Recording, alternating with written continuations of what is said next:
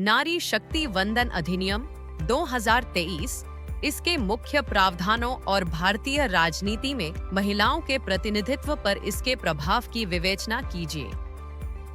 संविधान अधिनियम 2023, जिसे नारी शक्ति वंदन अधिनियम के रूप में जाना जाता है, भारतीय लोकतंत्र के इतिहास में एक मील का पत्थर है।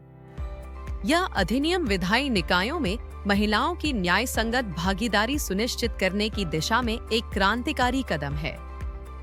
नारी शक्ति वंदन अधिनियम का उद्देश्य भारत की आधी आबादी को निर्णय लेने की प्रक्रिया और नीति निर्माण के केंद्र में लाना है। सितंबर 2023 में संसद के विशेष सत्र के दौरान इसे पारित किया गया। यह अधिनियम लोकसभा, राज्य विधानसभाओं और दिल्ली राष्ट्रीय राजधानी क्षेत्र की विधानसभा में महिलाओं के लिए 33% सीटें आरक्षित करने का प्रावधान करता है।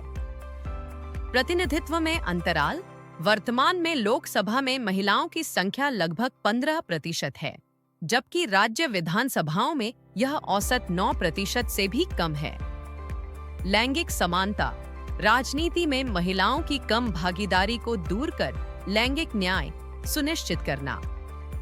नीति निर्माण में संवेदनशीलता, स्वास्थ्य, शिक्षा और महिला सुरक्षा जैसे विषयों पर अधिक संवेदनशील और समावेशी कानून बनाना। वैश्विक मानकों का अनुपालन: वैश्विक स्तर पर महिला सांसदों का औसत लगभग 26% है। भारत को इस दिशा में नेतृत्वकारी भूमिका में लाना। अधिनियम के माध्यम से संविधान में निम्नलिखित महत्वपूर्ण बदलाव और अनुच्छेद जोड़े गए हैं। अनुच्छेद 330, लोकसभा में महिलाओं के लिए 1/3 सीटों का आरक्षण। अनुच्छेद 332, प्रत्येक राज्य की विधानसभा में महिलाओं के लिए 1/3 सीटों का आरक्षण। अनुच्छेद 239, दिल्ली विधानसभा में भी महिलाओं के लिए आरक्षण लागू होगा। कोटा के भीतर कोटा: अनुसूचित जाति और अनुसूचित जनजाति के लिए आरक्षित सीटों में से भी 1/3 सीटें उन्हीं समुदायों की महिलाओं के लिए आरक्षित होंगी। समय सीमा: यह आरक्षण अधिनियम के लागू होने से 15 वर्षों की अवधि के लिए होगा, जिसे संसद कानून द्वारा आगे बढ़ा सकती है।